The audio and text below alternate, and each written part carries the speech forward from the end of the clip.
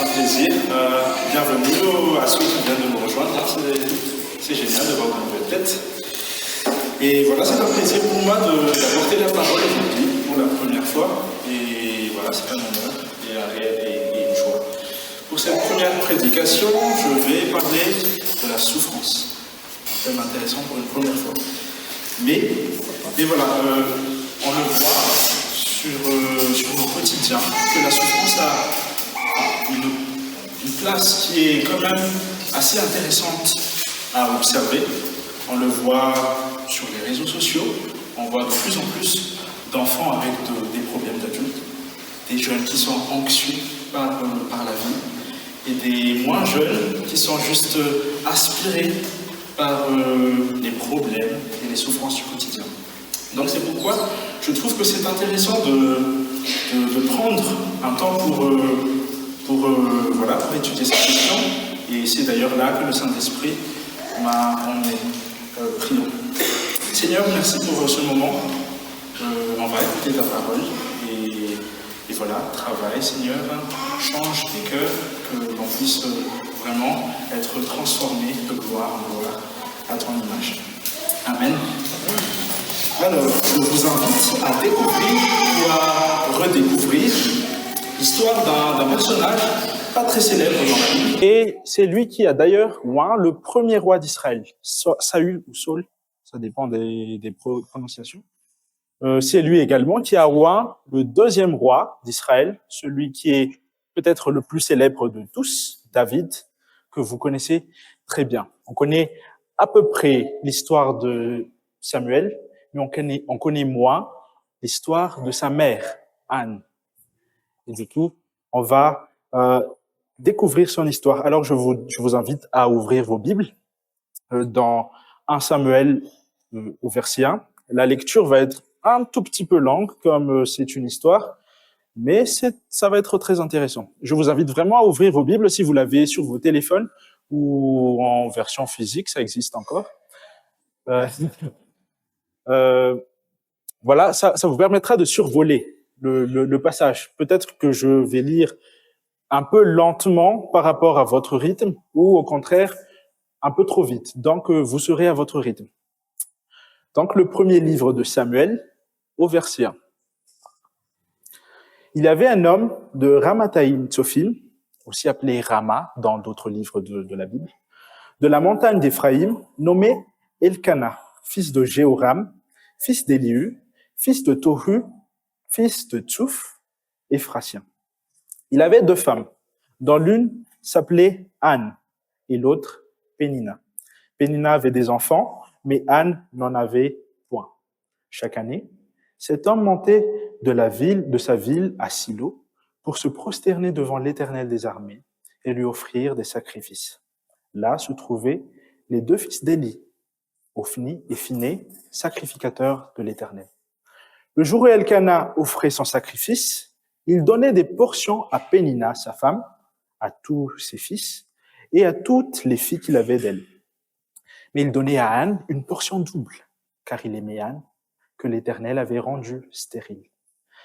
Sa rivale lui prodiguait des mortifications pour la porter à s'irriter de ce que l'Éternel l'avait rendue stérile. Et toutes les années, il en était ainsi. Chaque fois qu'Anne montait à la maison de l'Éternel, Pénina la mortifiait de la même manière. Alors, elle pleurait et ne mangeait point. Elkana,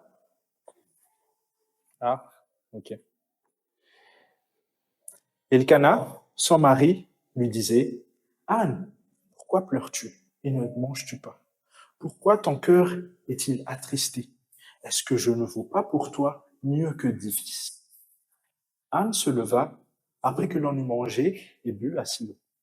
Le sacrificateur Élie était assis sur un siège près de l'un des poteaux du temple de l'Éternel. Et l'amertume dans l'âme, elle pria l'Éternel et versa des pleurs.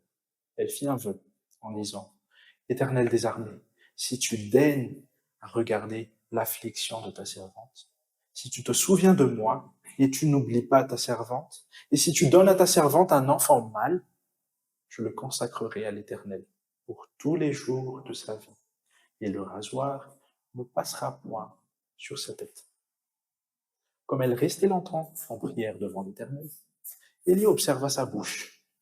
Anne parlait dans son cœur. Il ne faisait que remuer ses lèvres, mais on n'entendait point sa voix. Élie pensa qu'elle était ivre et lui dit, « Jusqu'à quand seras-tu dans l'ivresse? Fais passer ton vin. » Anne répondit, « Non, mon Seigneur, je suis une femme qui souffre en mon cœur. Je n'ai bu ni vin, ni boisson enivrante. Mais je répandais mon âme devant l'Éternel.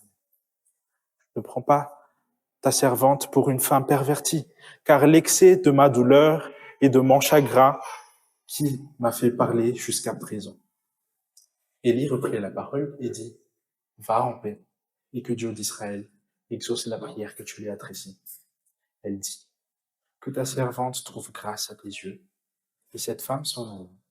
Elle mangea, et son visage ne fut plus le même. Amen. On va s'arrêter là. Quand j'étais petit, j'adorais lire. Et malheureusement, je ne pouvais pas porter mes livres à l'église. Du coup, je prenais les histoires de la Bible. Enfin, je prenais la Bible et je lisais à chaque fois les histoires des héros de la Bible. Et chaque fois que je tombais sur cette histoire, je me suis toujours dit, « Oh là là, mais elle est terrible, cette Pénina. Comment peut-on être aussi méchant ?» Et chaque fois, c'était comme ça. Et plus tard, quand je retombais sur ce texte, voilà, je me suis dit, « Oh là là, c'est terrible, Dieu.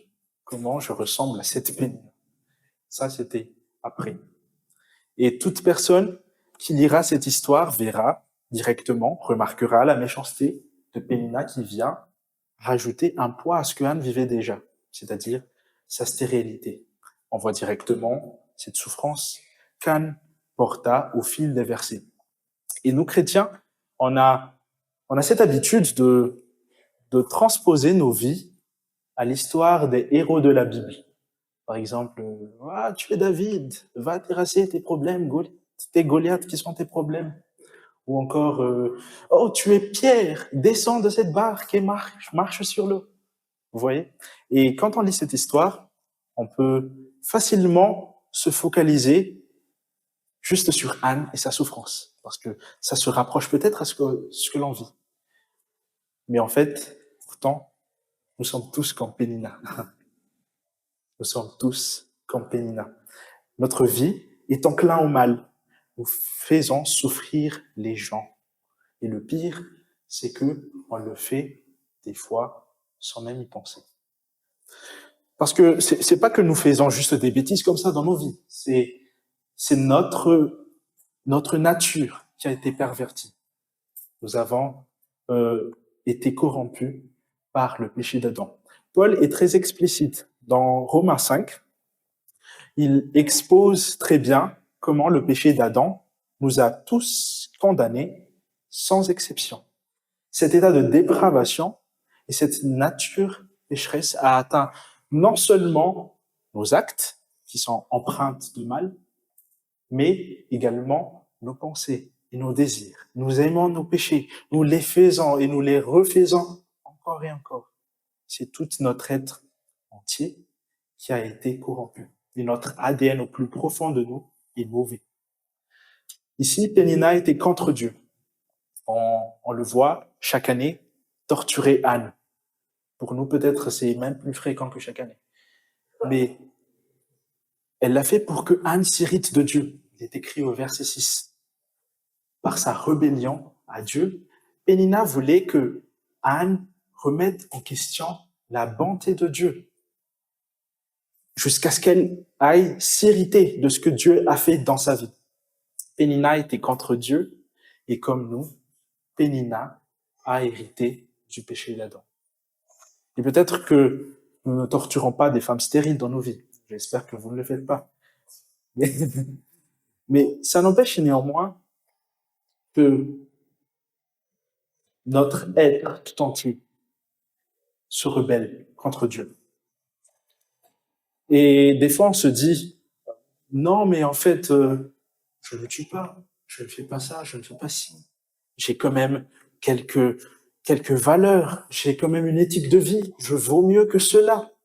Mais en fait, pas du tout. Cette nature humaine déchue ne nous permettait pas de nous rapprocher de Dieu. Nous sommes tous des Péninas, Et rien de ce que nous aurions fait n'aurait permis qu'on soit à nouveau réconciliés avec lui. On n'a pas cette capacité. On avait besoin de Dieu. C'est pourquoi il a envoyé Christ. On a besoin de Christ. On a besoin de la grâce de Dieu dans nos vies pour qu'on puisse être renouvelés en entier dans notre nature. Et lorsque nous rencontrons véritablement le Seigneur, nous serons répugnés de cet état qu'on avait avant, de qui nous avons été. Nous verrons que nous sommes pécheurs. Nos yeux s'ouvriront sur notre état. Vous voyez comme ces alcooliques qui viennent dans les réunions de groupe, qui se présentent et disent « Je m'appelle tant, je suis alcoolique ». Et c'est à peu près la même chose. Nous réaliserons où est-ce que Dieu est parti pour nous chercher. Et plus nous avancerons dans notre marche avec lui, plus nous aurons horreur du péché, jusqu'à en souffrir même. Mais ce qui est beau, c'est que cette souffrance nous permettra de voir la beauté de sa grâce sur notre vie. Et quand j'étais enfant, ma mère me forçait à ranger ma chambre. Et voilà, elle était assez rigide sur ça, et je détestais ça. Il y en a certains qui sont peut-être comme moi, mais je détestais ça. Je me suis dit, que cette chose soit ici ou là-bas, elle est là, elle n'est pas perdue, donc à quoi bon? Mais un jour, je suis rentré dans ma chambre, j'ai vu mes affaires qui étaient dessus, et voilà, j'ai décidé de ranger. J'ai classifié, tout classifié, reclassifié. Et depuis ce jour-là, vous pouvez demander à ma femme, mais chaque fois que je vois mes affaires qui sont en pagaille, je ne suis pas bien. Je grogne, je râle, je ne suis pas à l'aise du tout. Et c'est un peu la même chose avec nos péchés. On souffrira de voir notre vieille nature repointer le bout de son nez.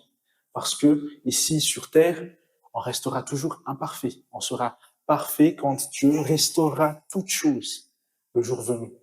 Mais jusque-là, ça nous rendra pas à l'aise de voir nos péchés. Et plus nous nous regarderons d'une manière sincère, sans se mentir à soi-même, en essayant de nous justifier, plus on verra l'œuvre du Christ et sa beauté sur notre vie. Ça, c'est la première chose. Et maintenant, rentrons dans la partie qu'on aime le plus, là où on va parler de nos souffrances personnelles au quotidien. On aime bien parler de nous. Mais avant de commencer, j'aimerais juste clarifier une chose. Ce message n'a pas le but de vous donner des tips pour éradiquer votre souffrance dans votre vie quotidienne. Ce ne sera pas le genre de message qui va dire oh, vous avez des problèmes financiers, faites la dîme, du coup ça va partir. Ou voilà, si vous êtes dans la maladie depuis longtemps, c'est parce que vous n'êtes pas assez de foi. Ce ne sera pas ce genre de message. Ce sera plutôt quelle posture devons-nous avoir face au problème, face à la souffrance. Dans le verset 15, Anne dit elle-même qu'elle a souffert de tout ce qu'elle a enduré. Quand Élie, le sacrificateur, l'a accusée d'être ivre. Au verset 15, Anne dit « Non, mon Seigneur, je suis une femme qui souffre en son cœur. Je n'ai bu ni vin, ni boisson, ni offrande, mais je répandais mon âme devant l'Éternel. » Et oui, Anne était stérile, mais ce n'était pas exactement la stérilité qui faisait la plus souffrir, même si on imagine que cela avait été un peu lourd des fois. Mais c'est plutôt les mortifications que Pénina t'avait apportées. Au verset 7, on voit que, suite aux mortifications de Pénina, elle pleurait et ne mangeait point. C'était une vraie dépression, comme on le voit aujourd'hui. Et nous aussi, on peut être des victimes de ce que les gens font, comme on peut facilement faire des victimes aussi dans nos vies. Et si on revient un peu sur la définition de la souffrance, j'ai pris le dictionnaire, je ne suis pas allé chercher très loin, ça dit que la souffrance est le fait de supporter quelque chose de pénible ou de désagréable. Et cette définition peut être un peu subjective sur qu'est-ce qui est pénible, qu'est-ce qui est désagréable. Ça peut aller de la coupure d'électricité jusqu'à toute forme d'injustice comme la corruption, les vols, et même jusqu'à les persécutions comme les apôtres ont vécu en leur temps. Mais quoi qu'il en soit, le sentiment peut rester la même. On souffre, quoi. Et je ne suis pas de ceux qui pensent que quand on est chrétien, on n'a pas le droit de ressentir la souffrance. Parce qu'il y en a, quand quand tu leur parles, quand tu leur partages ta souffrance, ils disent « Mais non, tu es chrétien. Ah, ça va, réjouis-toi, ça va. Donc, ne pleure pas, ça va aller. » Mais si, par exemple, on regarde les psaumes, on voit David qui se plaint beaucoup. Il a beaucoup de psaumes de lamentation, par exemple. Et si on prend aussi Paul, qui a ouvertement partagé ses souffrances, on peut regarder dans 2 Corinthiens 1, il dit « Nous ne voulons pas en effet vous laisser ignorer, frères, au sujet de la tribulation qui nous est survenue en Asie, que nous avons été excessivement accablés, au-delà de nos forces, de telle sorte que nous désespérions même de conserver la vie. » Il y a des souffrances qui nous accablent presque au-delà de nos forces. Ce n'est pas près de s'arrêter et on y passera tous. Si jamais vous faites partie de ceux qui n'ont pas encore ressenti la souffrance, soyez patients, ça viendra. Jésus a dit dans Matthieu 24, à partir du verset 6, il a dit « Vous entendrez parler de guerre et de bruit de guerre. Gardez-vous d'être troublés, car il faut que ces choses arrivent. Mais ce ne sera pas encore la fin. Une nation s'élèvera contre une nation, un royaume contre un royaume, et il y aura en divers lieux des famines et des tremblements de terre. Tout cela ne sera que le commencement des douleurs. Alors on vous livrera au tourment, on vous fera mourir, et vous serez haïs de tous, de toutes les nations, à cause de mon nom. » Et n'est-ce pas ce qui arrive aujourd'hui? Des guerres, des bruits de guerre, mais ce ne sont que les commencements des douleurs. Nous serons sujets aux diverses douleurs, chers frères et sœurs. C'est déjà là, ça arrivera et ça doit arriver. Mais la question maintenant, c'est comment devons-nous réagir face à tout cela? Nous avons une première piste. C'est Elkana, le mari d'Anne, qui nous le donne. Vers le verset 8, il dit « Anne, pourquoi pleures-tu et ne manges-tu pas? Pourquoi ton cœur est-il attristé? Est-ce que je ne vaux pas pour toi mieux que 10 fils? » Plus simplement, ça peut être traduit par « Mais est-ce que je ne te suffis pas dans tes douleurs? Est-ce que ta joie n'est pas en moi ou notre couple? » Et beaucoup de gens pensent comme cela. Ils ont leur joie dans leur conjoint, dans leurs enfants, ou même des objets. C'est plus fréquent dans nos jours. Cette pensée a existé depuis la nuit des temps et elle est toujours là. Ça a même évolué depuis. On nous incite aujourd'hui à nous réjouir sur nous-mêmes. C'est ce qui se passe beaucoup dans les séminaires de développement personnel, ce que l'on appelle communément aussi l'empowerment. En gros, on va dire que oui, tu es capable, mais n'attends plus personne pour créer votre bonheur, créer votre propre joie. Tu peux, toi homme, tu peux, toi femme, tu peux. Tu n'as plus besoin d'un mari. Tu peux créer une famille par toi-même. Sois heureuse, crée ton bonheur. Faites ce que vous faites. Faites ce dont vous avez envie. Vous voulez vous marier entre hommes? Allez-y. Vous voulez vous marier entre femmes? Allez-y. Faites, créez votre bonheur. C'est ce que l'on dit aujourd'hui. On dit même, écoutez votre cœur. Écoute ton cœur. C'est le plus grand mensonge de ce siècle. Écoute ton cœur. Ça va aller. Et tout est devenu centré sur nous-mêmes. Et le pire, c'est que ça atteint même l'Église avec des théologies bancales centrées sur nous-mêmes, sur les richesses de ce monde et sur les désirs de notre cœur dépravé. Seulement, penser comme ça, c'est limité, très limité et très fragile. Et Anne l'a très bien compris d'ailleurs. On nous appelle à mettre notre joie sur quelque chose de pas durable, sur des gens, sur des objets. Et ça ne va nous mener qu'à une destruction ou à une profonde déception. Voilà la proposition d'Elkana. On connaît ça. Des fois, on n'a même pas besoin d'Elkana pour nous le rappeler. On le fait très naturellement. Et en lisant le passage, Anne n'a pas suivi les conseils d'Elkana, mais en suivant le passage de ce texte, en allant un peu plus loin, là où on n'a pas lu tout à l'heure, sur le verset 20 par exemple, il sera dit que Dieu entendra les prières d'Anne, elle sera enceinte et elle enfantera un fils comme elle l'a souhaité. Alors, on peut avoir tendance à penser que sa joie est revenue parce que Dieu a entendu ses prières. Dieu a répondu d'une manière positive à Anne. Elle a retrouvé sa joie. Parce que Dieu est bon, Dieu est un Dieu de miracles sur la vie d'Anne. Et c'est pourquoi sa joie est revenue. Oui, Dieu est un Dieu bon.